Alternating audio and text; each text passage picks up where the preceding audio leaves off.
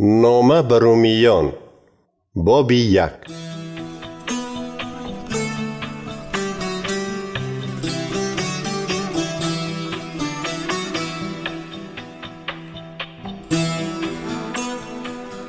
من پاولوس که خدمتگار عیسی مسیح هستم به شما نامه می نویسم.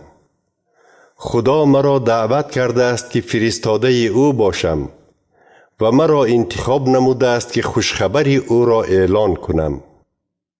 خدا پیشتر به واسطه پیغمبرانش در نوشتجات مقدس وعده داده بود که این خوشخبر را اعلان می کند. این خوشخبر درباره پسری اوست که جسماً از نسل شاه داوود تولد یافته است و هم درباره پسر خداست که او عیسی مسیح را به واسطه روح القدس یعنی روح خود از مردگان زنده کرد. این چنین خدا او را با قدرتش پسر خدا اعلان کرده است. این خداوندمان عیسی مسیح است. خدا به واسطه او به ما فیض و مهربانی بخشیده است که فرستاده باشیم. ما باید برای شهرت یافتن نام او به همه خلقها خوشخبر را اعلان نماییم تا که آنها ایمان آورند و به خدا اطاعت کنند. شما هم به شماره آنهای داخل می شوید که خدا برای از آن عیسی مسیح شدن دعوت نموده است. من این نامه را به همه شما ایمانداران شهر روم می نویسم که خدا شما را دوست داشته است و دعوت نموده است که خلق پاک او باشید. من از جانب پدرمان خدا و از خداوند عیسی مسیح به شما فیض و مهربانی و صلح و آسایشتگی خواهانم. اولا خدا را به واسطه عیسی مسیح برای همه شما شکرگزاری می نمایم، چون که ایمانتان در تمام جهان مشهور شده است. خدایی که من به تمام هستیم برایش خدمت کرده درباره پسرش خوشخبر را اعلان می نمایم، شاهد است که من دائما شما را در دعاهایم یاد می کنم. من از خدا التجا می کنم که اگر خواست او باشد به دیدن شما روم، زیرا تشنه دیدارتان هستم تا که شما هم عطا و برکت‌های روحانی را از من قبول نموده استوار گردید.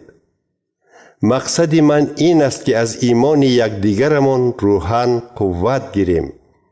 برادران و خواهران، می خواهم شما هم دانید که من چندین بار به نزد شما آمدنی بودم، ولی هر وقت چیز مانع می شد و آمده نمی توانستم. چنان که در بین دیگر خلقها خدمت کرده میوه های روحانی به دست آوردم، خیلی می خواستم که در بین شما نیز چنین کنم. من عهده‌دار هستم که به یونانیان پیشرفته و خلقهای بی‌مدنیت و به آدمان باسواد و بیسواد خوشخبر را اعلان نمایم. حالا باشد تیارم که به شما رومیان نیز خوشخبر را اعلان نمایم. من از اعلان کردن خوشخبر شر نمی دارم، چون که خوشخبر قوه خداست برای نجات هر کسی که به آن ایمان آورد، یعنی اول یهودیان و بعد دیگر خلقها. زیرا خوشخبر آشکار می کند که خدا آدمان را از روی ایمان و تنها ایمان راستکار می حسابد، چنان که در نوشتجات آمده است: شخصی راستکار به واسطه ایمان زندگی می کند. اما خدا با آنهایی که هر خیل گناه و بدکاری می کنند و حقیقت را با بدکاری هایشان پایمال می نمایند، غضبش را از آسمان نشان می دهد. زیرا آنها هر چی را که درباره خدا معلوم است می دانند، چون که او خود را با آنها معلوم کرده است. از آفرینش عالم آدمان به واسطه از نظر گذراندن چیزهای آفریده خدا صفتهای نانمایان خدا را فهمیده می توانند، یعنی قوه ابدی و طبیعت الهی خدا با آنها معلوم است. بنابراین آدمان بهانه ندارند.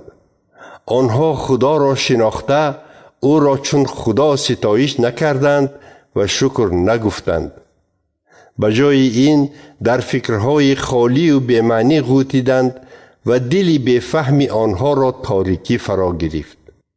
خود را با عقل حسابیدند لیکن بی‌عقل شدند. به جای آنکه خدای بزرگ و جاودان را پرستش نمایند، آنها به بت‌هایی که شکل آدمی دوروزه و پرنده، چارپا و خزنده دارند سجده کردند. از این سبب خدا آنها را به هوس‌های بدی دلشان سپارید و آنها جسم خود را با رسوایی جنسی حرام ساختند. آنها حقیقت خدا را به دروغ عوض نمودند و به جای آنکه خود آفریدگار را پرستش نمایند، به چیزهای آفریده او سجده و خدمت کردند. تنها آفریدگار تا ابد سزاوار ستایش است. آمین. بنابراین خدا آنها را به دام هوس‌های بد و رسوای خودشان سپارید. زنهایشان علاقه جنسی طبیعی را عوض کرده با زنها هم خوابه شدند. همچنان مردها علاقه جنسی طبیعی را با زنها رد کرده هوس با مردها هم خوابه شدن کردند و مرد با مرد کاری رسوای و شرم‌آور کرد. از این سبب آنها موافق کارهای رسوایشان در خود جزا گرفتند. از بس که آنها با عقلشان خدا را شناختن نخواستند، خدا آنها را گرفتار عقل رسوایشان نمود تا که کارهای شرم‌آور کنند. آنها از هر خیل بدکاری، خسیسی، مکاری پر هستند. حسد میبرند و دیگران را میکشند، جنگ میکنند، فریب میدهند و بدفعلی میکنند، غیبتچی و تهمتچی اند، خدا را بد میبینند، آزاردهنده و هوابلند و مغرورند، همیشه جویای بدکاری های نو هستند و به والدینشان اطاعت نمی کنند. بیفهم، بیوفا، بدکینه و بیرحمند. آنها می دانند که از روی فرمانهای عادلانه خدا آدمانی که چنین رفتار می کنند سزاوار مرگند، ولی نه تنها خودشان چنین کارها را می کنند بلکه مثل خودشان گناهکاران را نیز دستگیری می نمایند.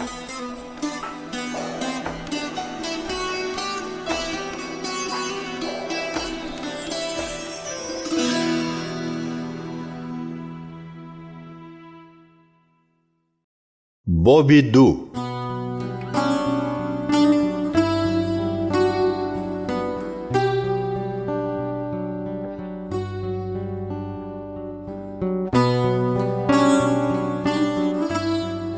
پس تو ای انسان، اگر دیگران را برای کاری نادرستی که خودت هم آن را میکنی عیبدار نمایی، یگان عذر نداری.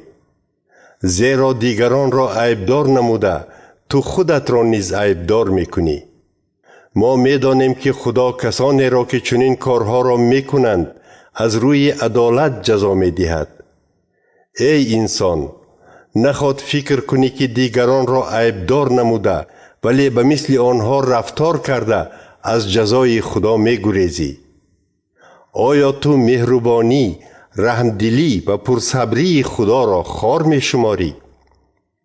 مگر نمی دانی که مهربانی خدا تو را به توبه کردن می برد؟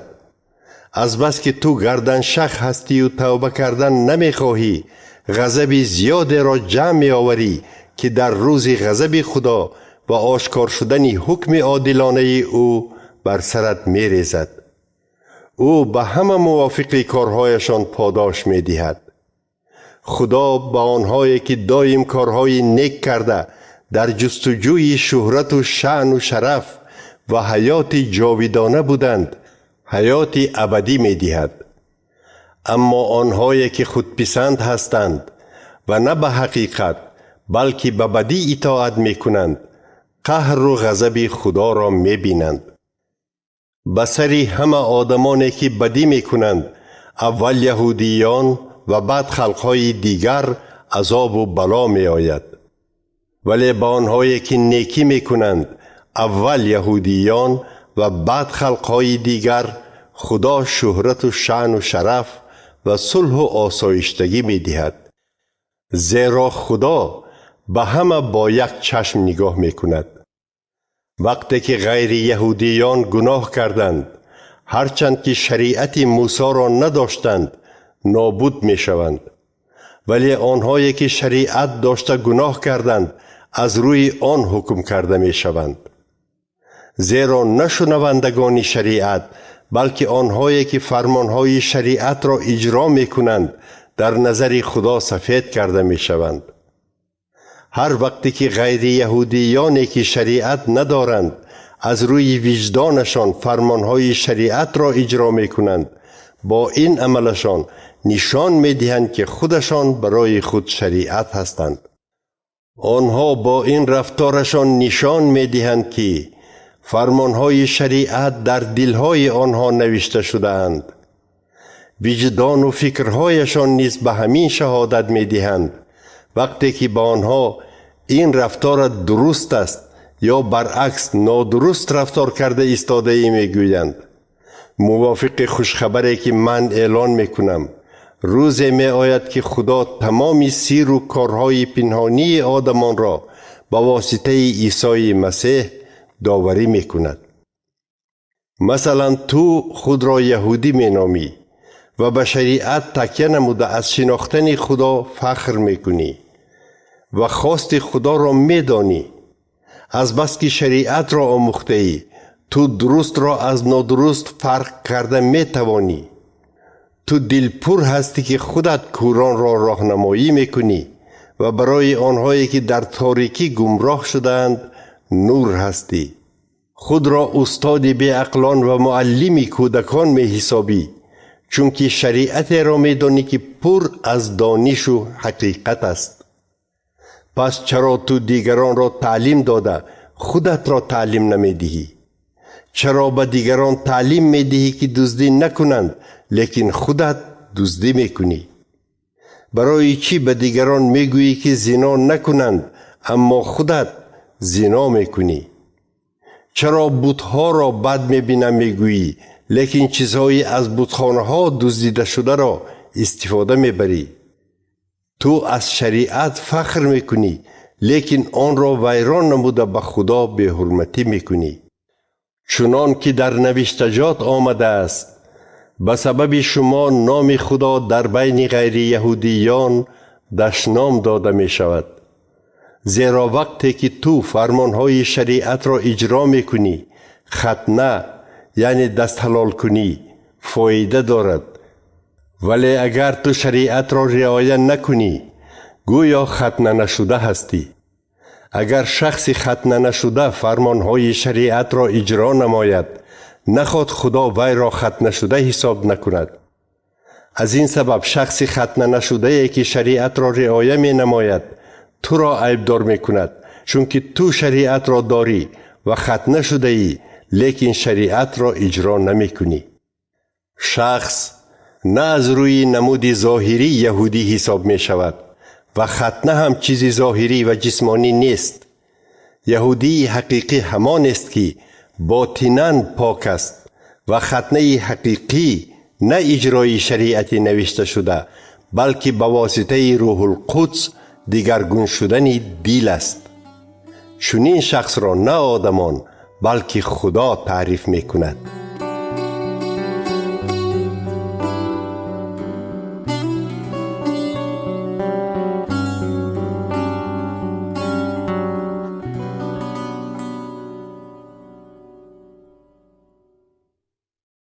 باب 3.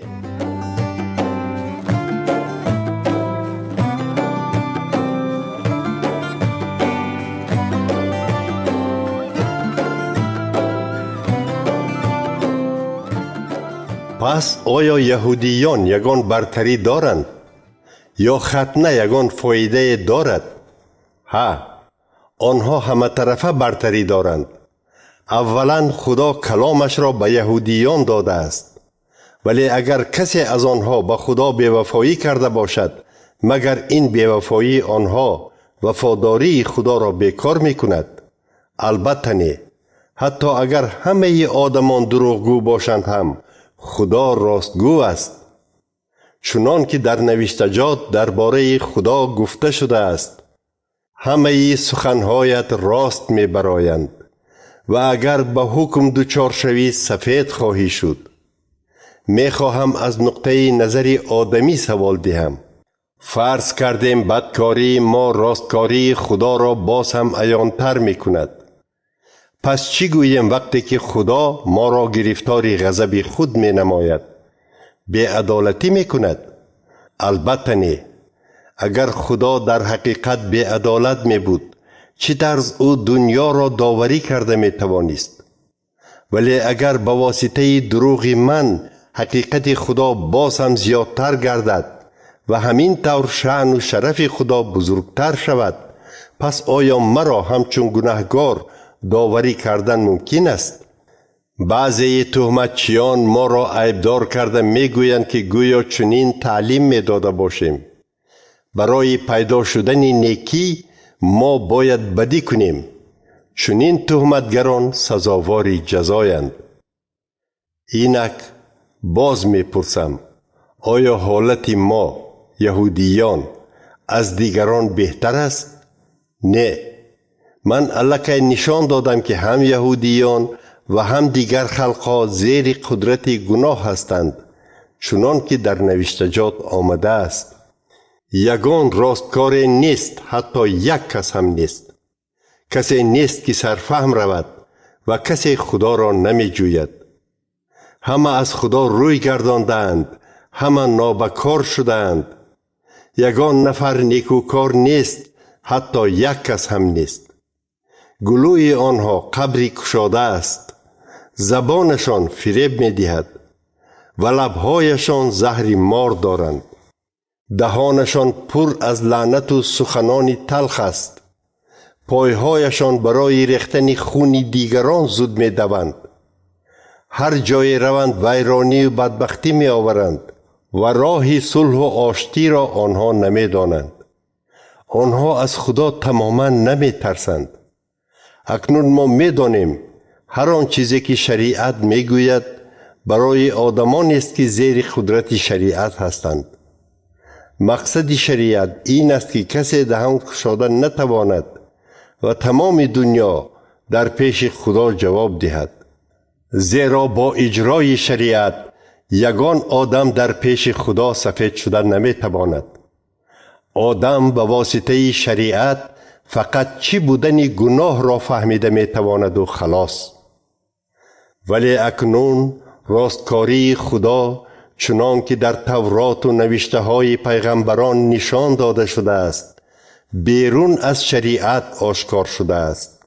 راستکاری خدا به همه ایمانداران به واسطه ایمان به عیسی مسیح داده می شود، چون که در بین آدمان فرقی نیست. زیرا همه گناه کرده اند و از نور شکوه و بزرگی خدا محروم شده اند. همچنین خدا ما ایمانداران را از روی فیض و مهربانیش رایگان راستکار اعلان می کند. او ما را به واسطه عیسی مسیح از جزای گناههایمان آزاد کرده است. خدا به واسطه قربان شوی عیسی مسیح و ریختن خون او بخشیدن گناه ها را نشان داد. این بخشش گناه ها به واسطه ایمان به دست آورده می شود. او گناه های پیشتره آدمان را به نظر نگرفت تا که به واسطه عیسی مسیح راستکاری خودش را نشان دهد. در آن زمانها خدا پرطاقتیش را به آنها معلوم گرداند تا که حالا راستکاریش را نشان دهد. پس می بینیم که راستکار است و سفید کننده همه آنهایی است که به عیسی باور می کنند. پس آیا ما فخر کرده می توانیم که به واسطه عملمان پسند خدا گشته ایم؟ نه. زیرا سفید شوی ما نه از روی اجرا کردن فرمانهای شریعت بلکه به واسطه ایمان آمده است. زیرا ما می دانیم که آدم به اجرای فرمانهای شریعت با ایمان راستکار حسابیده می شود. آیا خدا تنها خدای یهودیان است یا او خدای غیر یهودیان نیز است؟ البته هست. از بس که خدا یگانه است، او شخص ختنه شده و هم ختنه نشده را از روی ایمان راستکار می حسابد. آیا از این برمی آید که ما با ایمان خود شریعت را بیکار می سازیم؟ البته نه. برعکس، ما با ایمان خود فرمانهای شریعت را اجرا می نماییم.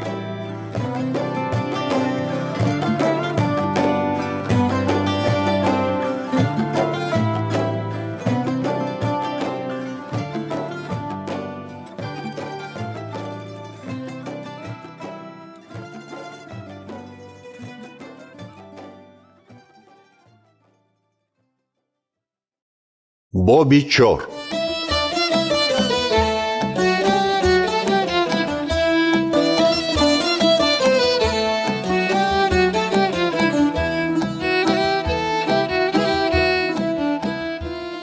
پس درباره ابراهیم که جسماً پدر ما یهودیان است چی بگوییم؟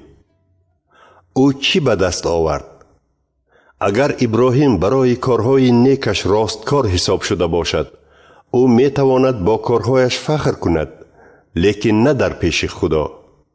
زیرا در نوشتجات چنین گفته شده است: ابراهیم به خدا باور کرد و برای همین خدا او را بی‌عیب حساب نمود. ولی مزد مهنتکش برایش تحفه نیست، بلکه حقی اوست که باید به او داده شود. اما اگر آدم نه به کارهای خود بلکه به خدایی که بدکار را سفید می کند ایمان داشته باشد، پس ایمانی چنین آدم راستکاری حساب می شود. داوود عیناً همین حالت را می گوید وقتی شخصی را که خدا صرف نظر از کارهایش راستکار می حسابد خوشبخت می نامد. خوشبختند شخصانی که جنایتهایشان بخشیده شدند و گناههایشان روپوش شدند. و خوشبخت است شخصی که خداوند گناههایش را هیچگاه به حساب نمی گیرد. آیا این خوشبختی تنها به ختنه شدگان یعنی دست حلال شدگان دخل دارد یا به خلقهای ختنه نشده هم؟ ما می گوییم که خدا ایمان ابراهیم را راستکاری حسابید.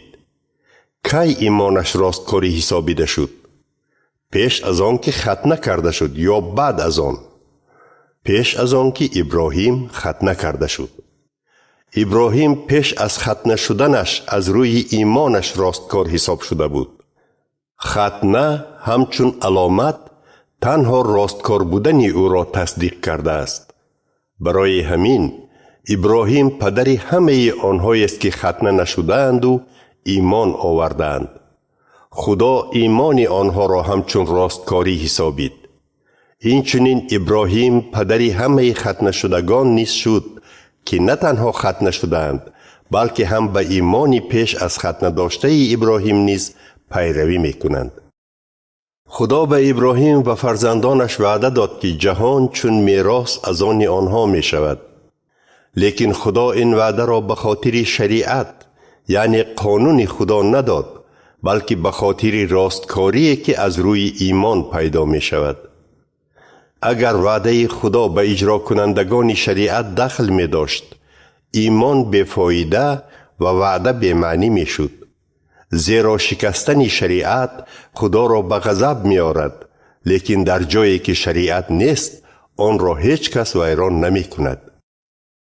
از این رو وعده به آنهای داده می شود که ایمان دارند. خدا وعده را از روی فیض و مهربانیش می دهد. وعده خدا به همه فرزندان ابراهیم حتما داده می شود، نه تنها به آنهایی که به شریعت اطاعت می کنند، بلکه هم به آنهایی که ایمانشان مانند ایمان ابراهیم است. ابراهیم پدر همه ماست، چنان که در نوشتجات آمده است: من تو را پدر خلقهای زیاد می گردانم. ابراهیم که به خدا باور کرده است در پیش خدا پدری همه ما شد. او به خدای باور کرده است که مردگان را زنده می کند و از چیزهای نابوده چیزهای نو می آفرد. وقتی که هیچ امیدی فرزند داشتن نبود، ابراهیم با امید به خدا باور کرد. از این رو ابراهیم پدری خلقهای زیاد شد، چنان که در نوشتجات گفته شده است: نسل تو نیز همین خیل بیشمار خواهد شد.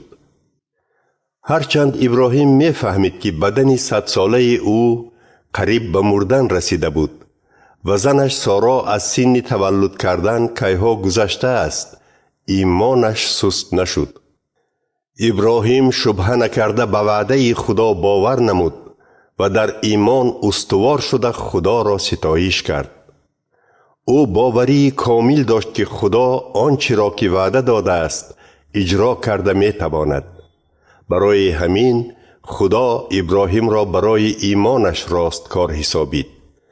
اما این سخن نوشتجات که ابراهیم راستکار حسابیده شد نه تنها با او دخل دارد، آن سخن به ما نیز دخل دارد. ما هم از روی ایمان راستکار حسابیده می شویم، چون که به خدای ایمان داریم که خداوندمان عیسی مسیح را از مردگان زنده کرد.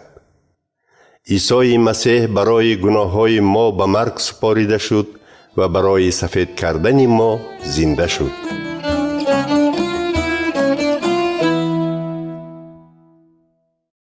باب 5.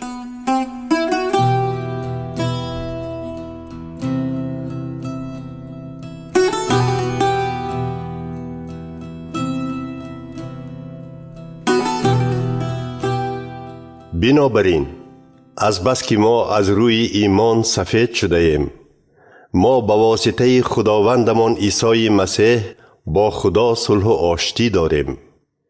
اینچنین ما به واسطه مسیح از روی ایمان به فیض و مهربانی خدا راه یافته ایم و اکنون در آن ایستاده ایم. همچنین ما با امید فخر میکنیم که در جلال و بزرگی خدا اشتراک خواهیم کرد. زیاده از این ما با عذاب و عقوبت‌های خود نیز فخر میکنیم، زیرا میدانیم که عذاب‌ها صبر و طاقت را با وجود میآورند. صبر و طاقت ما را با تجربه میکند و از تجربه امید پیدا می شود. امید باشد ما را شرمنده نمی کند، چون که خدا با واسطه روح القدس به ما دادهش دلهای ما را از محبتش لبریز نموده است. زیرا وقتی که ما هنوز سست و ناتوان بودیم، مسیح در وقت معین برای ما بدکاران مرد. عادتاً یگان کس حتی برای شخص راستکار جانش را فدا نمی کند، هرچند ممکن شخص یافت شود که خودش را برای آدم نیک قربان کند. اما خدا محبت خود را به ما با آن اثبات می نماید که هنوز در وقت گناهکار بودنمان مسیح برای ما مرد. حالا باشد از بس که ما با خون مسیح سفید شده ایم، خدا البته ما را از غضب آینده خود نجات می دهد. اگر در وقت دشمن خدا بودنمان به واسطه مرگ پسرش با او آشتی شده باشیم، حالا که دوستان خدا هستیم البته به واسطه حیات مسیح نجات می یابیم. زیاده از آن ما به واسطه خداوندمان عیسی مسیح که ما را با خدا آشتی داد با خدا فخر می کنیم. وقتی که آدم گناه کرد، گناه به جهان وارد شد و همراهش مرگ را آورد. همین طور مرگ به سر همه آدمان آمد، چون که همه گناه کردند. حتی پیش از آن که خدا شریعتش را داد در جهان گناه بود، لیکن در جایی که شریعت نیست گناه به نظر گرفته نمی شود. با وجود این از زمان آدم تا زمان موسی بر همه آدمان و حتی بر آنهایی که گناه به مانند گناه آدم نکرده بودند مرگ حکمرانی میکرد. آدم اولین رمز مسیح بود که باید می آمد، لیکن تحفه فیض و مهربانی خدا از گناه آدم فرق می کند. زیرا اگر به واسطه گناه یک آدم اینقدر آدمان زیاد مرده باشند، پس فیض و مهربانی خدا به واسطه تحفه فیض و مهربانی یک آدم یعنی عیسی مسیح با آدمان از آن هم زیادتر داده شد. این چنین برابر کردن تحفه فیض خدا با گناه یک آدم درست نیست، چون که عاقبت گناه آدم جزا بود، ولی تحفه خدا ما را از گناه های زیاد سفید کرد. زیرا به واسطه گناه یک آدم مرگ به همه آدمان حکمران شد. پس چقدر بیشتر نتیجه کار یک آدم یعنی عیسی مسیح بزرگتر است. همه آنهایی که فیض و مهربانی بزرگ خدا و تحفه سفید شوی را قبول کردند به واسطه عیسی مسیح در حیات حکمرانی خواهند کرد. بنابراین چنان که گناه یک آدم همه را به جزا دچار کرده است، همان طور یک عمل راستکارانه مسیح همه را سفید می کند و حیات می بخشد. چنان که به واسطه بی اطاعتی یک آدم بسیار کسان گناهگار شدند، همان طور به واسطه اطاعت یک آدم بسیار کسان راستکار می شوند. شریعت خدا برای آن داده شد که گناه آدمان زیادتر و با قوتتر گردد، اما با زیاد شدن گناه فیض و مهربانی خدا هم به نهایت با قوتتر شد. پس چنان که گناه حکمران شده مرگ را آورده است، همان طور نیز فیض و مهربانی خدا حکمران شده است. فیض و مهربانی خدا به واسطه عیسی مسیح ما را سفید می نماید تا که ما حیات ابدی به دست آوریم.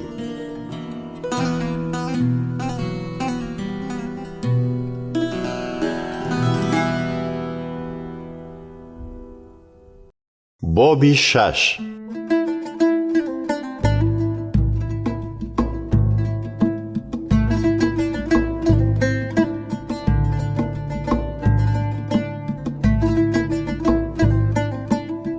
پس چی گوییم؟ آیا مثل پیشتر گناهگارانه زندگی کردن را دوام دهیم تا که فیض و مهربانی خدا زیاد گردد؟ البته نه.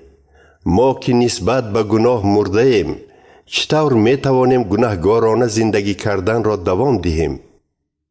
مگر شما نمی دانید که همه ما هنگام تعمید با عیسی مسیح پیوست شده ایم و در مرگش به او همراه شده ایم؟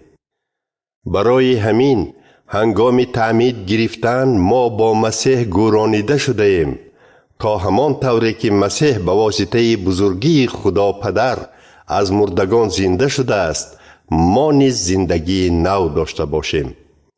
زیرا اگر ما در مرگ عیسی با او پیوست شده باشیم، پس به مانند او زنده می شویم.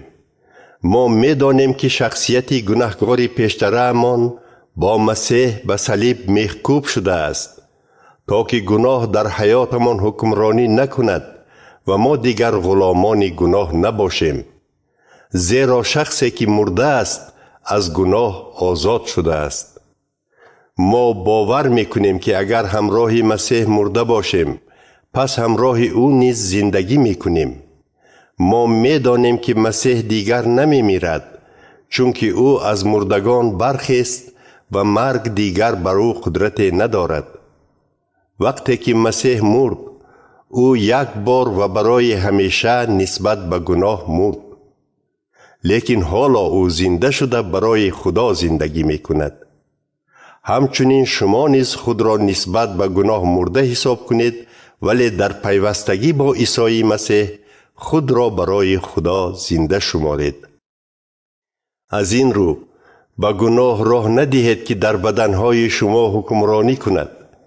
شما نباید به هوسهای بدی گناه اطاعت کنید. یگان عضو بدن خود را چون اسباب بدکرداری به گناه نسپارید. به جای این همچون آدمانی از مردگان زنده شده خود را به خدا بدهید و تمام عضوهای بدنتان را همچون اسباب راستکاری به خدا ببخشید. گناه دیگر بر شما حکمرانی نمی کند، چون که شما نه در زیر حکمرانی شریعت بلکه در زیر حکمرانی فیض و مهربانی خدا هستید. پس چیکار کنیم؟ اگر ما نه در زیر حکمرانی شریعت بلکه در زیر حکمرانی فیض و مهربانی خدا باشیم، آیا گناه کردن را دوام دهیم؟ هیچگاه. مگر شما نمی دانید که همان چیزی که به آن اطاعت کردن را انتخاب کردید غلامی همان چیز می شوید؟ همچنین آیا نمی دانید که شما یا غلامی گناه هستید که به مرگ می برد یا غلامی اطاعتی که به زندگی راستکارانه هدایت می کند؟ لیکن خدا را شکر که اگرچه شما در گذشته غلامان گناه بودید، اکنون از صدق دل قرار دادید که تعلیمات یاد گرفته را اجرا نمایید. اینچنین شما از غلامی گناه آزاد شدید و غلامان راستکاری گشتید. من به خاطر سستی انسانی شما مثال عادی را استفاده می برم. شما پیشتر عضوهای بدنتان را به غلامی ناپاکی و قانون شکنی برای بدکاری بخشیده بودید. اکنون همان طور نیز برای پاک شدنتان خود را غلام راستکاری سازید. وقتی که غلام گناه بودید، شما مجبور نبودید که به راستکاری اطاعت کنید. پس شما از چنین زندگی چه فایده به دست آورده اید؟ شما اکنون از آن کارهایی که پیش می کردید شرم می دارید، چون که عاقبتشان مرگ است. حالا باشد شما از گناه آزاد شده اید و غلام خدا گشته پاکی را به دست می آورید و در نتیجه صاحب حیات ابدی می شوید. زیرا عاقبت گناه مرگ است، لیکن تحفه خدا حیات ابدی است که به واسطه خداوندمان عیسی مسیح داده می شود.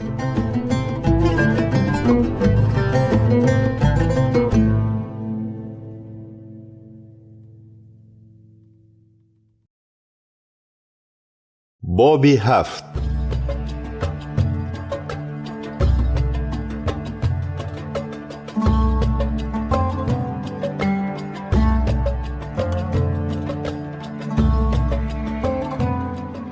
اکنون ای برادران و خواهران، من به شما همچون به دانندگان شریعت مراجعت می کنم. مگر شما نمی دانید که شریعت تنها هنگام زنده بودن آدم بر وی حکمران است؟ مثلا زن تا دم زنده بودن شوهرش از روی فرمان شریعت با او بسته شده است، لیکن اگر شوهرش وفات کند زن از این فرمان شریعت آزاد می شود.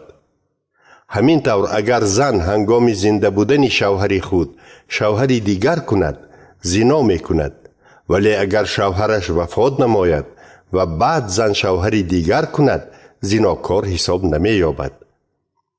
برای همین شما هم ای برادران و خواهران نسبت به شریعت به واسطه مرگ مسیح مرده اید تا که به شخص دیگری پیوست شوید که از مردگان زنده شد. از این رو ما می توانیم برای خدا ثمر بیاریم. وقتی که ما به طبیعت گناهگار خود اطاعت نموده زندگی می کردیم، شریعت در ما هوس‌های پرگناه را به وجود می آورد. این هوس‌های بد در بدنهایمان عمل نموده ما را به مرگ می بردند. ولی اکنون ما از شریعت آزاد شده ایم، چون که نسبت به هر آن چیزی که ما را بسته غلام کرده بود مرده ایم. حالا باشد ما نه به طور کهنه، یعنی نه از روی شریعت، بلکه به طور نو، یعنی به واسطه روح القدس به خدا خدمت می کنیم. از این سخنهایمان چی برمی آید؟ مگر اجرای فرمانهای شریعت گناه است؟ البته نه. ولی اگر شریعت نمی بود من حتی نمی دانستم که گناه چیست.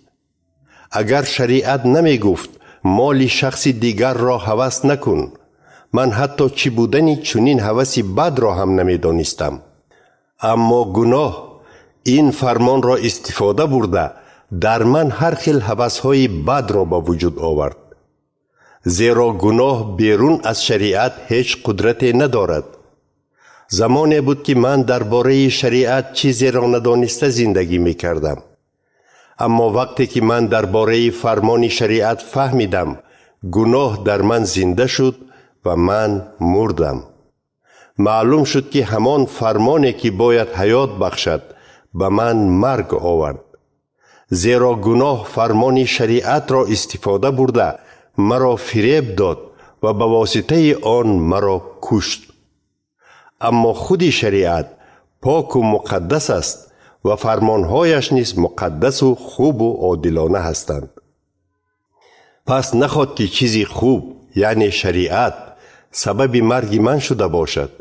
نه، مرا گناه کشت. گناه چیزی خوب را استفاده برده مرا کشت و با این عملش گناه بودنش را عیان نمود.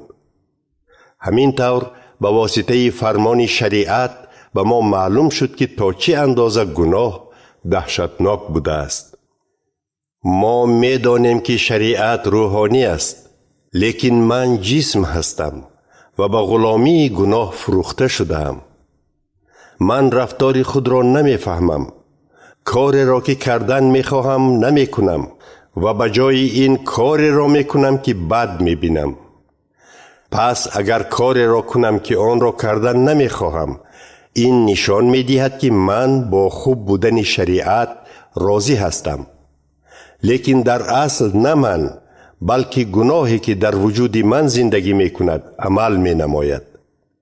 من می دانم که در وجودم یعنی در طبیعت گناهکارم یگان چیزی خوب نیست. خواهش کردن کاری نیک هست اما کردن نمی توانم. کاری نیکی را که کردن می خواهم نمی کنم، لیکن کاری بدی را که کردن نمی خواهم می کنم. اگر کاری را کنم که کردن نمی خواهم، پس نه من بلکه گناهی که در وجودم زندگی می کند آن کاری بد را اجرا می نماید. نهایت من چنین قاعده را فهمیدم: هر وقتی که نیکی کردن می خواهم از دستم فقط بدی می آید. در دلم از شریعت خدا شاد و خرسند هستم، اما در بدنم دیگر قاعده عمل می کند که ضد عقل من می جنگد و مرا غلام گناه می سازد که در عضوهایم عمل می کنند. وای بر حال من بیچاره! کی مرا از این بدن گناهکارم که مرا به مرگ می برد خلاص می کند؟ خدا را شکر که او مرا به واسطه خداوندمان عیسی مسیح خلاص کرده است. خلاصه من با عقلم غلام شریعت خدا هستم، ولی با طبیعت گناهکارم غلام گناهم.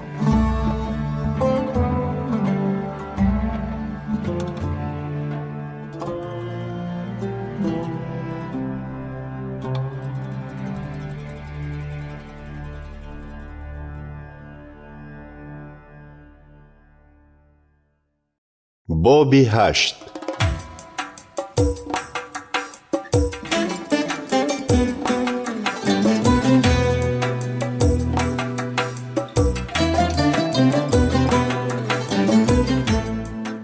پس اکنون آنهایی که در یگانگی با عیسی مسیح هستند هیچ گونه محکوم کردن نمی شوند، زیرا قانون روح خدا که در یگانگی با عیسی مسیح حیات می بخشد مرا از قانون گناه و مرگ خلاص کرده است. شریعت به سبب سستی طبیعت گناهگارمان ما را خلاص کرده نتوانست. خدا این کار را کرد. وی پسر خود را در جسم فرستاد که به جسم گناهگار آدم مانند بود، تا که پسرش جسم خود را برای گناههای ما قربان کرده حکمرانی گناه را ویران سازد. خدا ما را خلاص کرد تا که فرمانهای عادلانه شریعت را اجرا نماییم. ما شخصانی هستیم که نه از روی طبیعت گناهکار خود بلکه با روح خدا زندگی می کنیم. آنهایی که موافق خواهش‌های طبیعت گناهکارشان زندگی می کنند همیشه در فکر چیزهای جسمانی هستند، ولی کسانی که موافق خواست روح خدا زندگی می کنند درباره خواهش‌های روح خدا فکر می کنند. نتیجه فکرهای طبیعت گناهکار مرگ است. ولی نتیجه فکرهای روح خدا حیات و آرامی است. زیرا فکرهای طبیعت گناهکار آدم دشمنی با خدا است، چون که به شریعت خدا اطاعت نمی کند و در اصل هیچگاه اطاعت کردن نمی توانند. برای همین آنهایی که در زیر حکمرانی طبیعت گناهکار هستند هیچگاه به خدا پسند آمدن نمی توانند. لیکن شما اگر روح خدا در وجودتان ساکن باشد در زیر حکمرانی طبیعت گناهکار نیستید، بلکه در زیر حکمرانی روح خدا هستید. اما کسی که در وجودش روح مسیح ندارد از آن مسیح نیست. ولی اگر مسیح در وجودتان ساکن باشد روح خدا به خاطر سفید شدنتان به شما حیات می بخشد، هرچند بدنتان به سبب گناه میرنده است. روح خدایی که عیسی را از مردگان زنده کرده است در شما ساکن است. اگر همان روح خدا در وجود شما ساکن باشد، پس او که عیسی مسیح را از مردگان زنده کرده است بدنهای میرنده شما را هم زنده می کند. بنابراین ای برادران و خواهران، ما از طبیعت گناهکار خود قرضدار نیستیم که موافق خواهش‌های آن زندگی کنیم. زیرا اگر شما موافق خواهش‌های طبیعت گناهکار خود زندگی کنید می‌مرید. ولی اگر به واسطه روح خدا کارهای پرگناه جسم را نابود سازید زنده می‌مانید.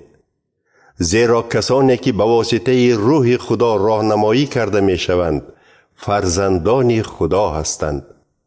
خدا به شما روح غلامی نداده است تا که باز در ترس زندگی کنید، بلکه روح خودش را داده است تا که شما فرزندان خدا شوید.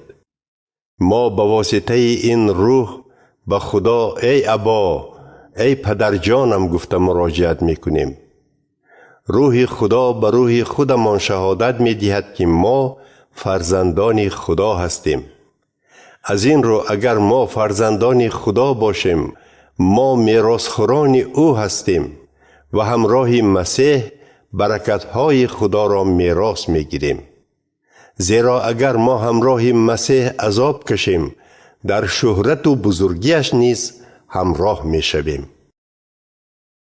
به نظر من آن عذاب‌هایی که ما حاضر میکشیم در مقایسه با آن شهرت و بزرگی که در آینده به ما آشکار می شود هیچند.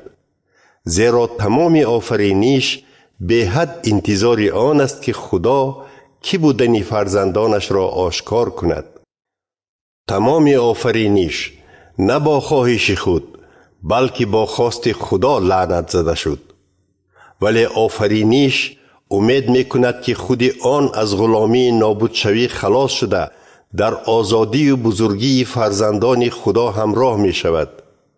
ما می دانیم که تمام آفرینش تا حال می نالد و چون زن هنگام تولد کنی عذاب می کشد.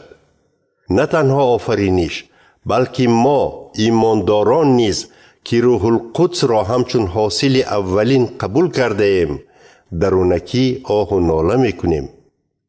ما به حد انتظار آن هستیم که خدا ما را همچون فرزندان خود قبول می نماید و تمام بدنمان را آزاد می کند. زیرا ما با چنین امید نجات یافته ایم.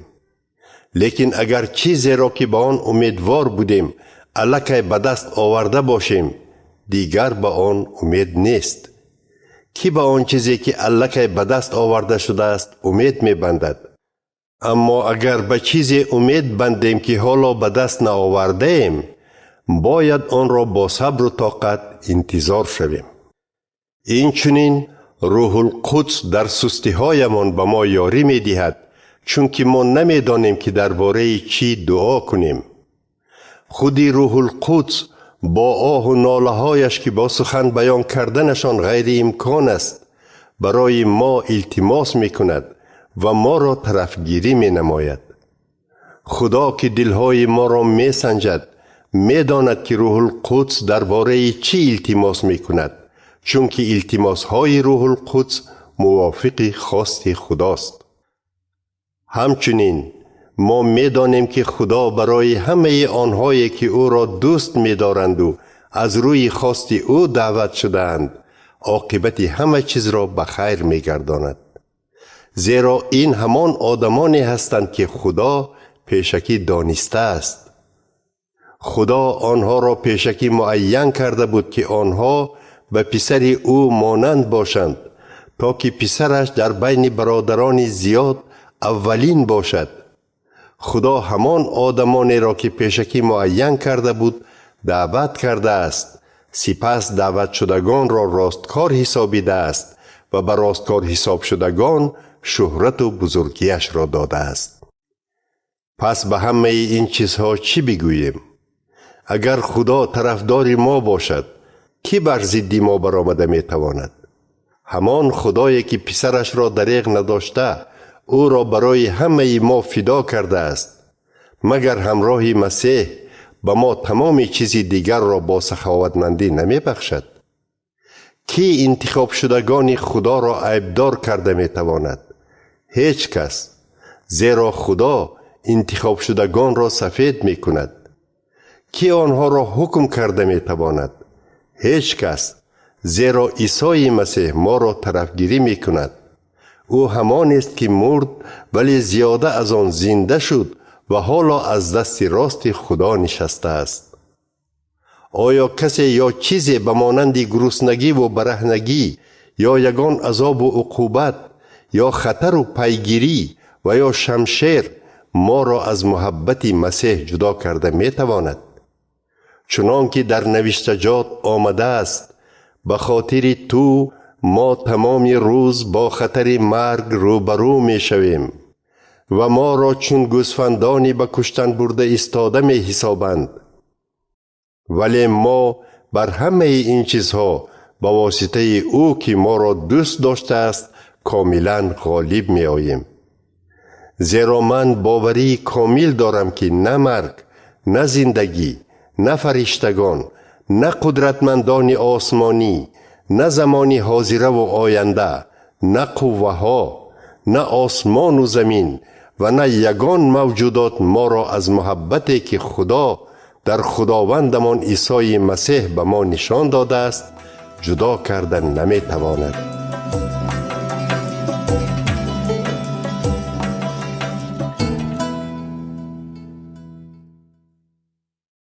باب 9.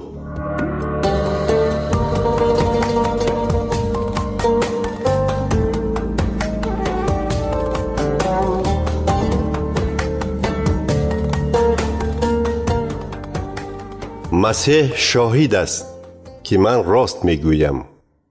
وجدان من هم که آن را روح القدس اداره می کند شهادت می دهد که دروغ نمی گویم. دلم پر از غم و اندوه است و درد و سوز آن هیچگاه نمی گذرد.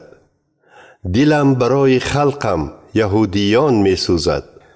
آرزو می کردم که اگر ممکن باشد به خاطر نجات یافتن همین برادران خود که خویشاوندان من هستند لعنت خوانده و از مسیح تعیین شده خدا جدا شوم. آنها همان اسرائیلیانی هستند که خدا فرزندان خود خوانده است. او با آنها شکوه و بزرگیش را نشان داده است و چند مراتبه با آنها عهد و پیمان بسته است و با آنها شریعت و فرمانهایش را داده است. خدا آنها را دعوت کرده است که او را در عبادتگاهش پرستش نمایند و با آنها وعده ها داده است. پدر بزرگان اساسگزار خلق اسرائیل بودند و در بین آنها خود مسیح به دنیا آمده است که خدای تمام عالم می باشد و تا ابد سزاوار ستایش است. آمین. ولی این معنای آن را ندارد که وعده خدا اجرا نشده است. زیرا نه همه آنهایی که از خلق اسرائیل به دنیا آمدند اسرائیلیان حقیقی حساب می شوند. این چنین نه همه فرزندان ابراهیم نسل حقیقی او هستند. زیرا خدا به ابراهیم چنین گفته است: نسلی که به تو وعده کردم از اسحاق می براید. یعنی نه همه آنهایی که جسماً از ابراهیم به دنیا آمدند فرزندان خدا حساب می شوند. تنها آنهایی که از روی وعده خدا تولد یافتند نسل ابراهیم حسابیده می شوند. زیرا وعده خدا به ابراهیم چنین بود: من در وقت معین باز می آیم و سارا پسردار می شود.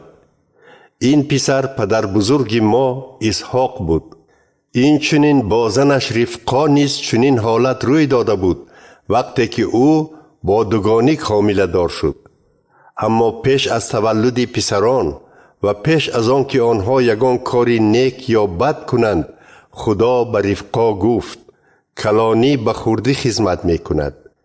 این گفته خدا نشان می دهد که انتخابش نه به کارهای آدم بلکه به دعوت خود او وابسته است.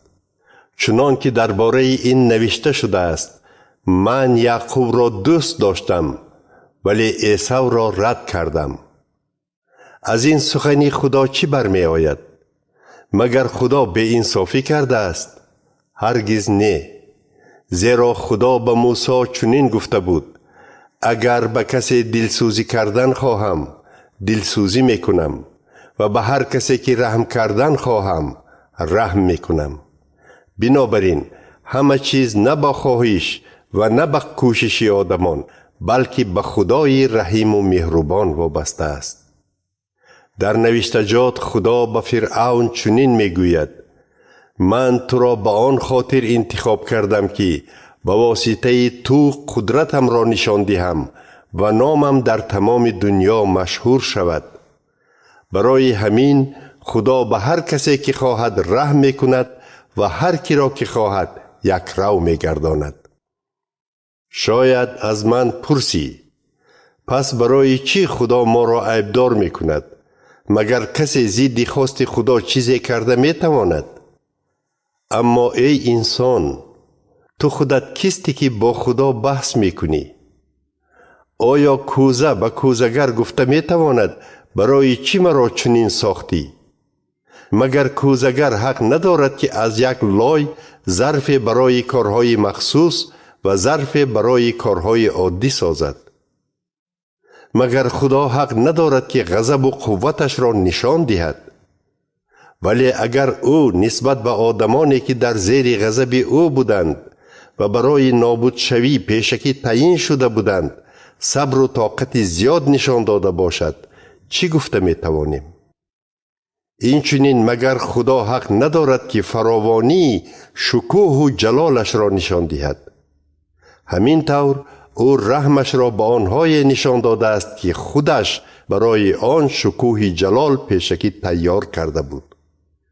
ما نیز دعوت شدگان او هستیم که ما را نه تنها از بین یهودیان بلکه از بین خلقهای دیگر هم دعوت کرده است.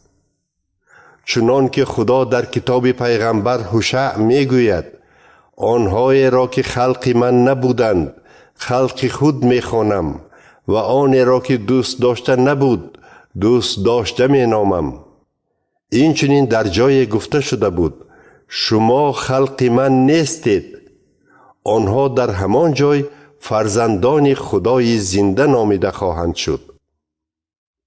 پیغمبر اشعیا نیز درباره اسرائیل ندا می کند: حتی اگر اسرائیلیان چون ریگ بحر بیشمار باشند تنها شماره کمی آنها نجات خواهد یافت. زیرا خداوند درباره این زمین حکم برآورده‌اش را زود و پره اجرا می کند. چنان که پیغمبر اشعیا پیشگویی کرده است: اگر خداوند پرقدرت برای ما نسل کم شمار زنده نمی گذاشت ما چون ساکنان سدوم نیست می شدیم و به مثل اهالی امورا نابود می گشتیم. پس چی گوییم؟ خلقهایی که حتی کوشش راستگار شدن هم نمی کردند به واسطه ایمان راستکاری را به دست آوردند. ولی خلق اسرائیل کوشش می کرد که به واسطه اجرای شریعت راستکار شود، لیکن موفق نشد. برای چی؟ چون که اسرائیلیان خواستند که نه به واسطه ایمان بلکه به واسطه کار و عمل راستکاری را به دست آورند. آنها به سنگ پیشپا برخورده افتادند. چنانکه در نوشتجات آمده است: اینک من در کوه سیون سنگ می گذارم که بر آن آدمان پیشپا می خورند و کوه پاره می گذارم که از سبب آن می افتند. ولی هر کی به او ایمان آورد هیچگاه شرمنده نمی شود.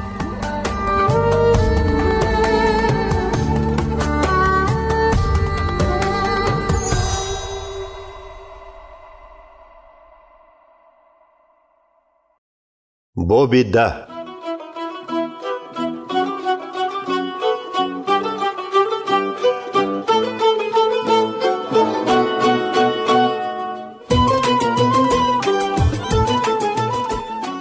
ای برادران و خواهران، در دل آرزو دارم و در پیش خدا دعا می کنم که خلق اسرائیل نجات یابد. من شاهد آن هستم که اسرائیلیان در دل نسبت به خدا رشک و تشنگی دارند، ولی فهمیششان نادرست است. آنها راستکاری را که خدا می دهد نفهمیدند. این چنین به راستکاری خدا اطاعت نکرده خواستند که به واسطه اجرای شریعت راستکار شوند. زیرا مسیح انجام دهنده شریعت است و اکنون هر کی به مسیح ایمان آورد راستکار حسابیده می شود.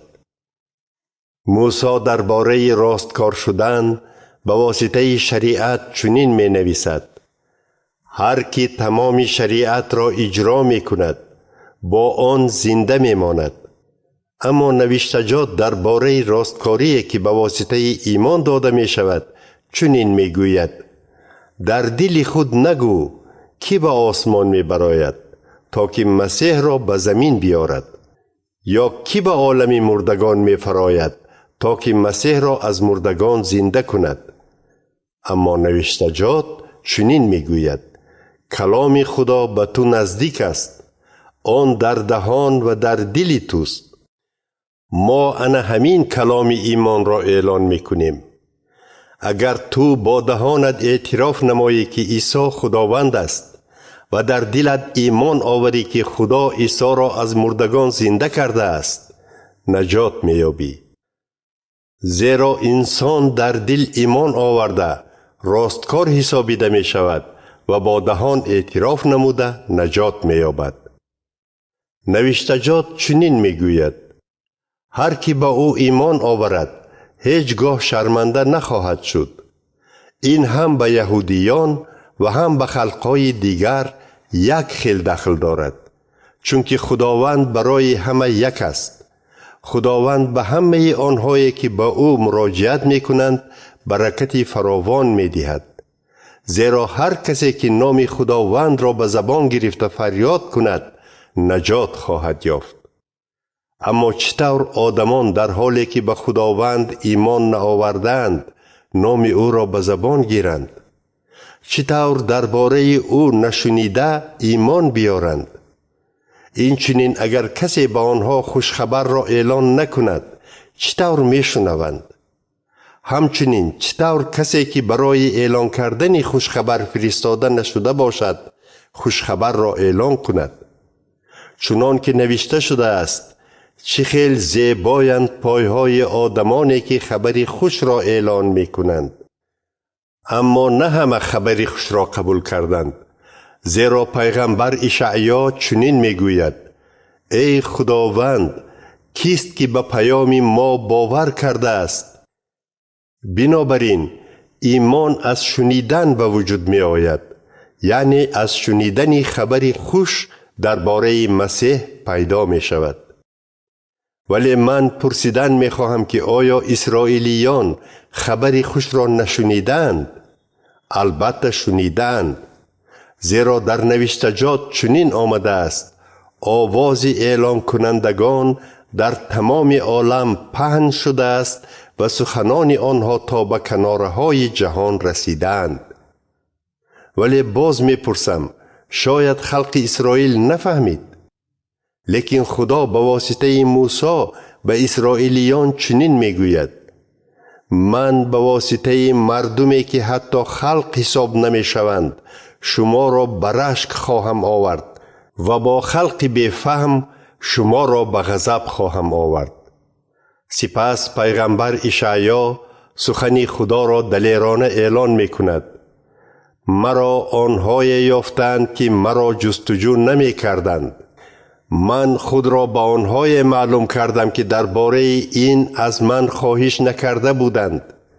اما درباره خلق اسرائیل چنین می گوید: تمام روز به سوی این مردم بی اطاعت و یک رو دستان خود را دراز کردم.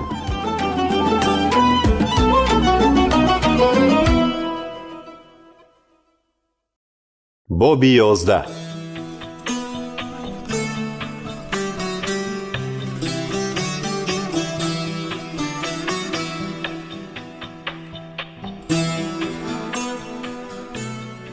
پس سوالی به میان می آید: نخواد که خدا خلق خود را رد کرده باشد؟ البته نه. خود من هم اسرائیلیم و از نسل ابراهیم از قبیله بنیامین هستم. خدا خلقش را که از اول انتخاب کرده بود رد نکرده است. آیا شما نمی دانید که نوشتجات درباره پیغمبر الیاس چی می گوید؟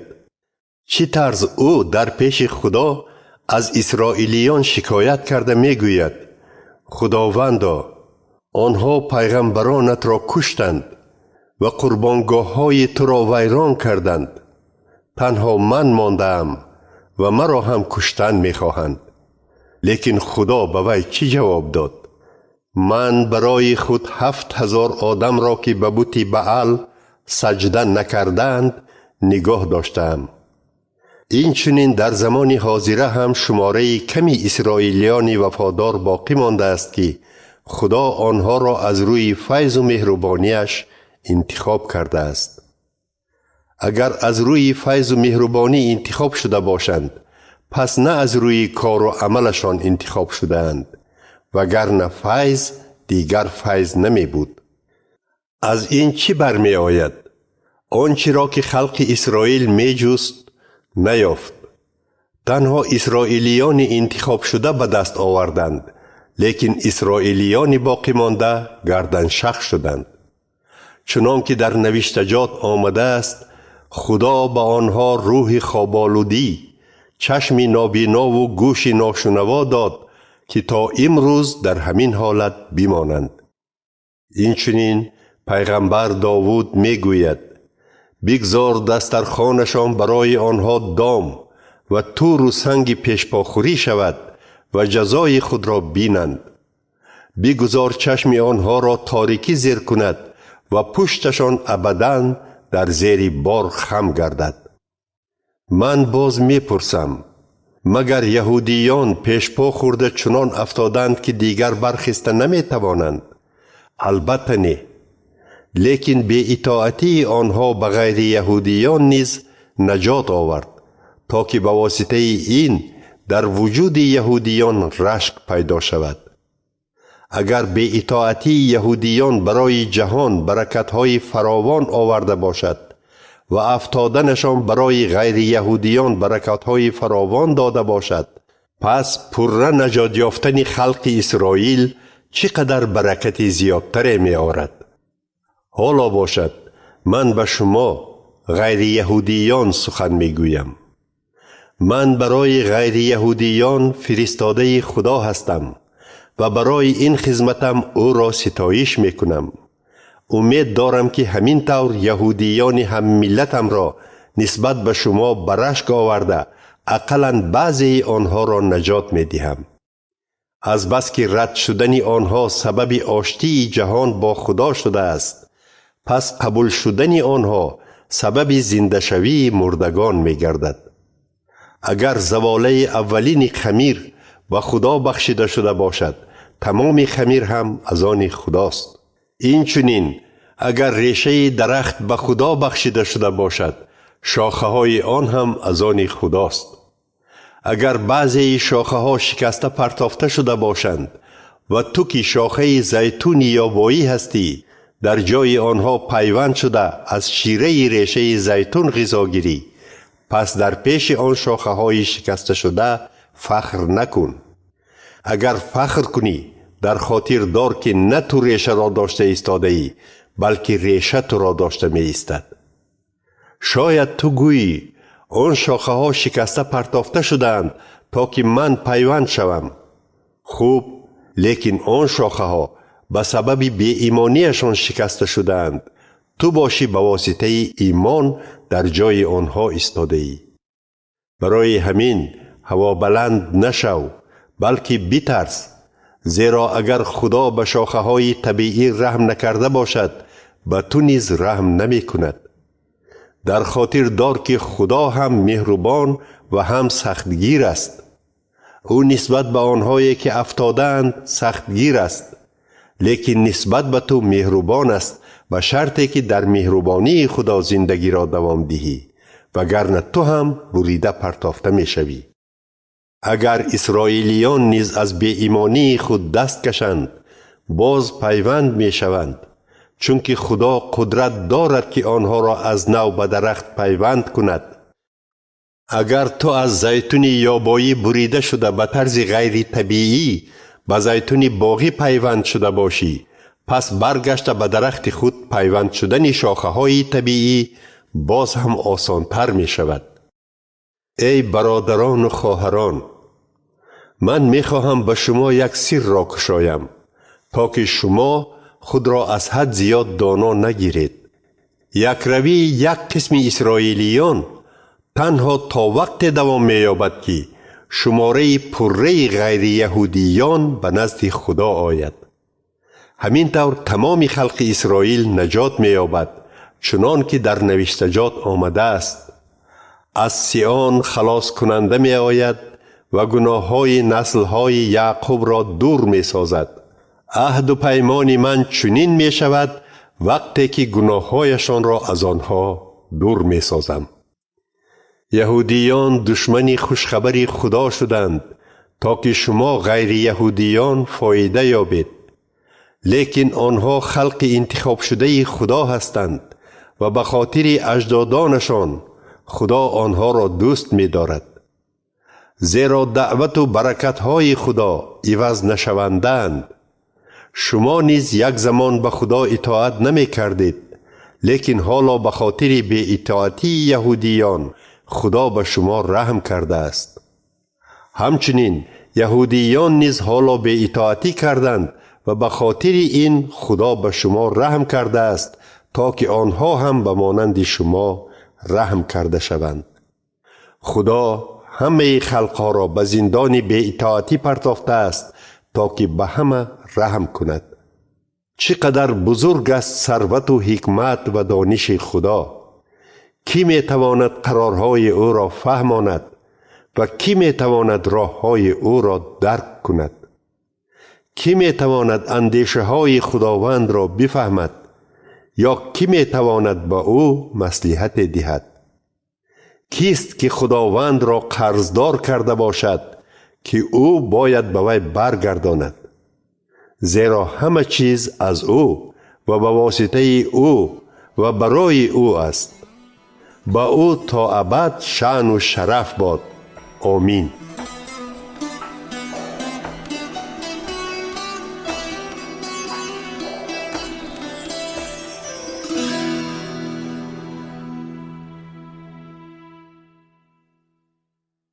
باب 12.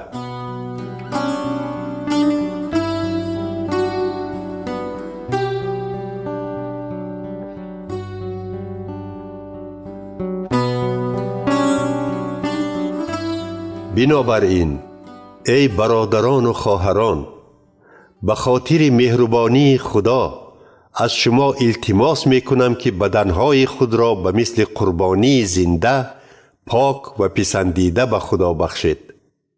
زیرا پرستش حقیقی شما چنین است. به مثل آدمان این جهان زندگی نکنید، بلکه گذارید که خدا به واسطه تغییر دادن فکرانیتان از شما آدم نو سازد. آنگاه شما فهمیده می توانید که خواست نیک و پسندیده و کامل خدا چی بوده است. از روی حقوق فرستاده مسیح بودنم به هر یکی شما می گویم که خود را از آنچه هستید بالاتر نحسابید، لیکن درباره خود موافق ایمانی که خدا به هر یکی ما داده است خاکسارانه فکر کنید.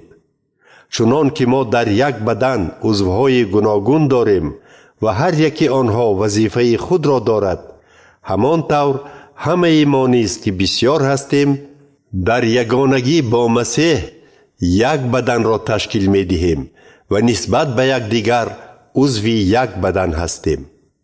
خدا از روی فیض و مهربانیش به ما عطاهای گوناگون داده است.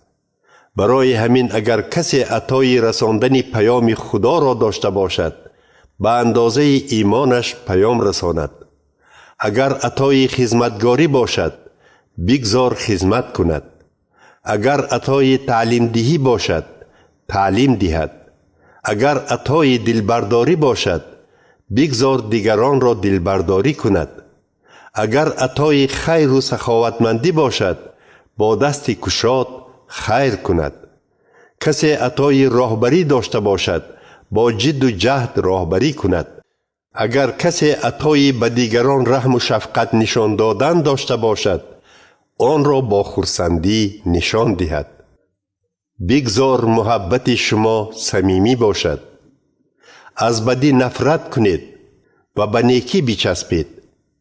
یکدیگر را با محبت برادرانه دوست دارید. دیگران را از خود زیادتر حرمت کنید. تنبل نباشید بلکه کوشش و غیرت نمایید و با روح گرم و جوشان به خداوند خدمت کنید. در امید شادی کنید. در عذابها پرطاقت باشید و دعاگویی را دوام دهید. اگر ایمانداران محتاج باشند یاری دهید و در مهمان نوازی با غیرت باشید. آزاردهندگان خود را دعای نیک کنید، نه لعنت بلکه دعای نیک. با آنهایی که خوشحال هستند خرسندی کنید و با آنهایی که گریه می کنند گریه کنید. با یک دیگر در همفکری زندگی کنید. هوا بلند نباشید بلکه با آدمان عادی و فروتن نیز رفت و آمد کنید.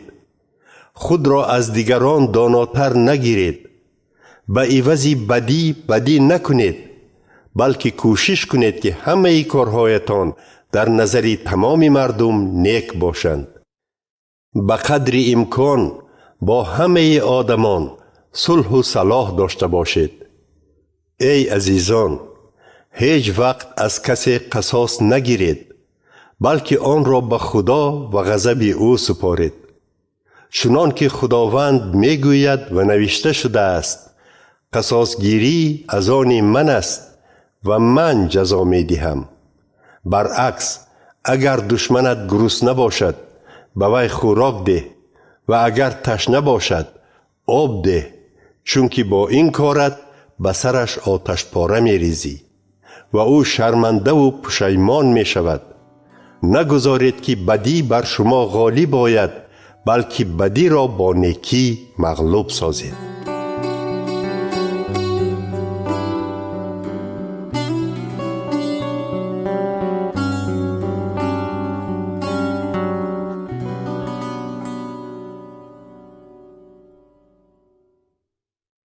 باب 13. هر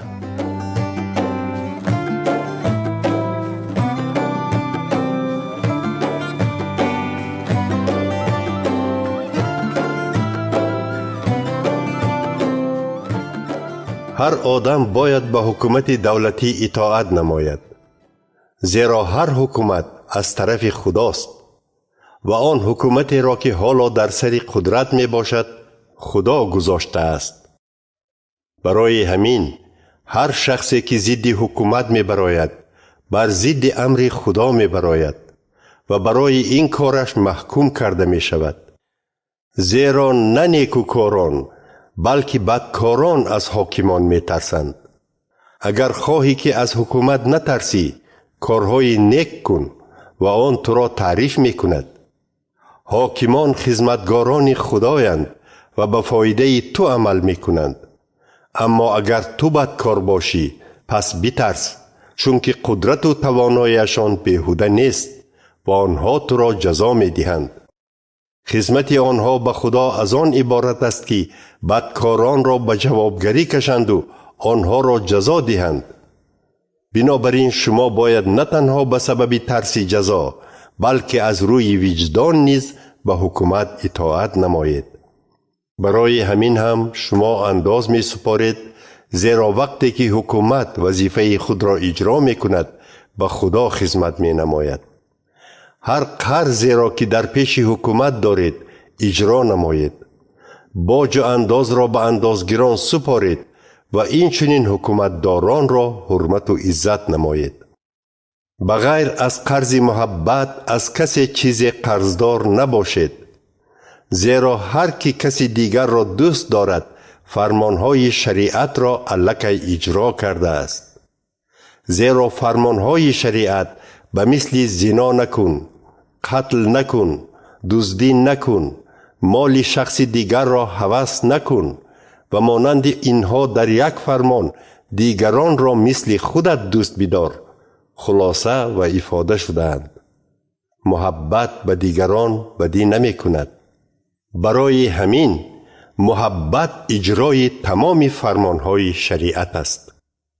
علاوه بر این شما می دانید که حالا چگونه زمان است و وقت آن رسیده است که ما از خواب بیدار شویم، زیرا اکنون نجاتمان نسبت به آن وقتی که ما ایمان آورده بودیم باز هم نزدیکتر شده است. شب به آخر رسیده ایستاده است و روز روشن می شود. برای همین ما باید کارهای تاریکی را چون لباس کهنه کشیده پرتاییم و اسلحه نورانی پوشیم. بیایید موافق آنچه در روشنی روز شایسته است به عیش و عشرت، به مستیگری، به رسوایی و بداخلاقی و به جنجال و حسدخوری زندگی کنیم.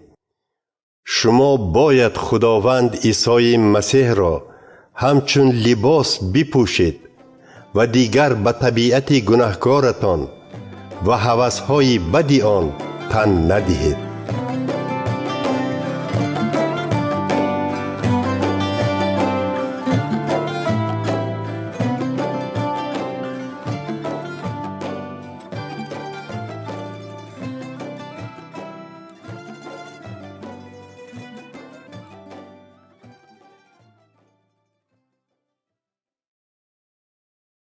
باب 14.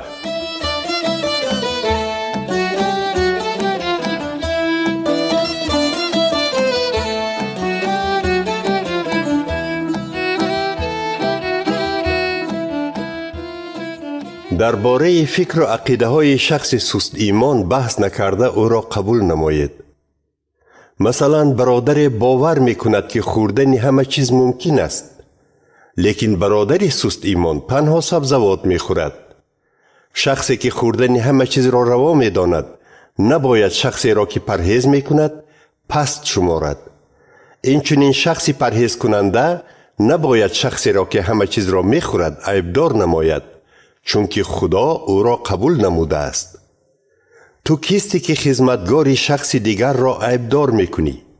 خوجه نوای خودش حل میکند که خدمتگارش از عهده کارش برآمد یا نه، لیکن با یاری خداوند آن خدمتگار البته از عهده کارش میبراید. یکی فکر میکند که یک روز از روزهای دیگر مهمتر است، لیکن برای شخص دیگر همه روزها برابرند. بگذار هر آدم در این مسئله در فکر و عقیده خودش استوار باشد. کسی که یک روز معین را مهم می شمارد این را به خاطر خداوند می کند. این چنین کسی که همه چیز را می خورد به خاطر خداوند می خورد، چون که خدا را برای خوراک شکر می گوید. همچنین شخصی که چیزی را نمی خورد این را به خاطر خداوند می کند و خدا را شکر می کند. کسی از ما برای خود زندگی نمی کند و هیچ کس برای خود نمی میرد. اگر زندگی کنیم به خاطر خداوند زندگی می کنیم و اگر بمیریم به خاطر خداوند می میریم. برای همین خواه زنده باشیم خواه مرده، ما از آن خداوند هستیم. برای آنکه مسیح حکمران مردگان و زندگان شود، او مرد و زنده شد. پس چرا تو برادر خود را عیبدار میکنی؟ یا برای چی تو برادرت را پست میشماری؟ آخر همه ما در پیش تخت خدا جواب خواهیم داد. زیرا در نوشتجات چنین آمده است: خداوند چنین میگوید: به حیات خود قسم که همه آدمان در پیش من زانو میزنند و با زبان خود خدا را اعتراف نموده ستایش میکنند. بنابراین هر یکی ما در پیش خدا برای خود جواب خواهیم داد. از این رو بیایید یکدیگر را دیگر عیبدار نکنیم. بهترش کوشش نماییم چنان زندگی کنیم که سببی در ایمان پیشپا خورده افتادن ایمانداری دیگر نشویم. من میدانم و در یگانگی با خداوند عیسی باوری کامل دارم که یگان خوراک خود از خود حرام نیست. لیکن اگر شخص یگان خوراک را حرام حسابد، آن خوراک برایش حرام می شود. اگر برادر یا خواهر ایمان دارد به سبب خوراکی که تو میخوری خفه شود، پس تو دیگر از روی محبت زندگی نمی کنی. با خوراکت کسی را که برایش مسیح مرده است نابود نکن. نگذارید چیزهایی که شما برای خود درست و روا می حسابید از طرف دیگران بدگویی کرده شود.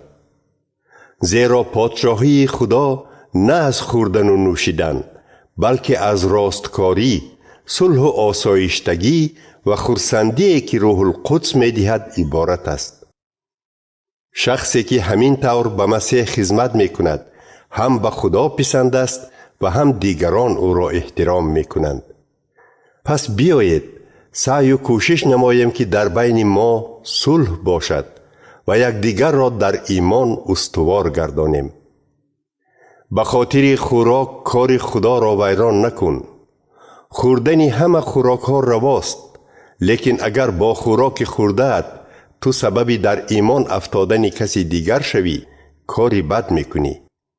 بهترش از خوردن گوشت و نوشیدن شراب و یا یگان کاری دیگری که سببی در ایمان پیشپا خوردن برادر و خواهرت می شود دست کشی. بگذار فکر و عقیده های شخصی تو درباره این مسئله در بین تو و خدا بمانند. خوشبخت است کسی که برای انتخابی کردهش خود را عیبدار نمی کند. لیکن اگر شخص شبهه کند که خوردن چیزی رواست یا روا نیست و آن را خورد، عیبدار می شود، چون که موافق ایمان خود رفتار نمی کند. زیرا هر کاری که از روی ایمان کرده نمی شود گناه است. بیایید خدا را حمد و ثنا خوانیم. او می تواند شما را در ایمان مستحکم نماید، چنان که خوشخبری اعلان کرده ام می گوید. این خبر درباره عیسی مسیح است، چنان که به ما حقیقت می کشاید که عصرهای زیاد همچون سیر نهان بود. لیکن حالا این حقیقت نهانی به واسطه نوشته های پیغمبران و به فرمان خدای ابدی به همه خلقها کشاده شده است، تا که همه به خدا ایمان آورند و به خدا اطاعت کنند. تمام شأن و شرف به واسطه عیسی مسیح به یگانه خدای خرد تا ابد باد. آمین.